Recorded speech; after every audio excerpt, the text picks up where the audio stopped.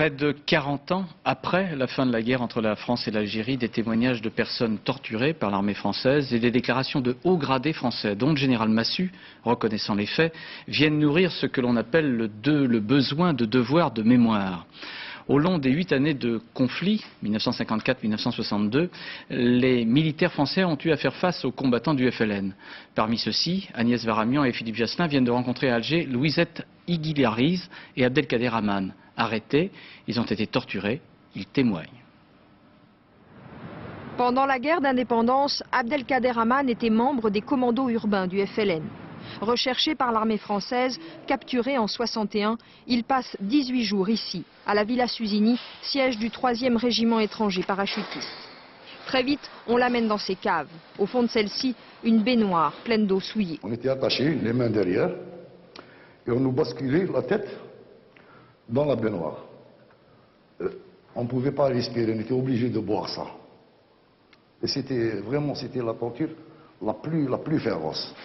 Ici, c'était la salle de la Gégène, engin électrique branché sur l'oreille, le sexe. Pour couvrir les cris, les militaires chantaient.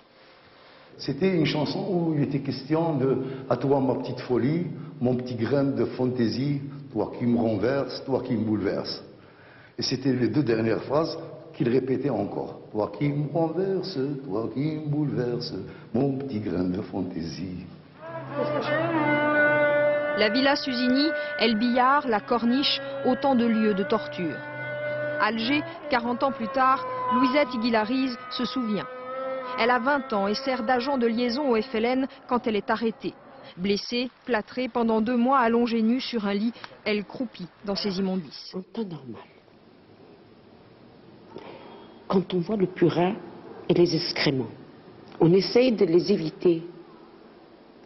Moi, j'étais dedans.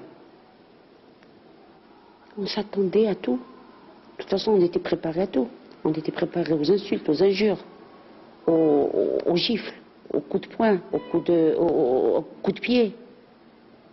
Mais là où ils ont essayé de forcer la dose, c'est là où j'ai espéré me suicider. Avec quels moyens? Je n'avais pas les moyens.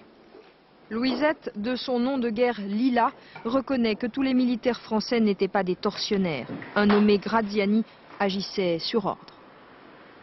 Graziani, lui, était pervers, il était tortionnaire. Mais je voyais que l'ordre venait de Bijard et de Massu. Louisette Iguilariz ne doit son salut qu'à un médecin militaire français, révolté par la torture et qui l'a fait évacuer vers une prison. Cet homme, Louisette l'a cherché, en vain. En fait, son sauveur est mort il y a 3 ans. Il repose dans le sud de la France, face à elle, de l'autre côté de la Méditerranée.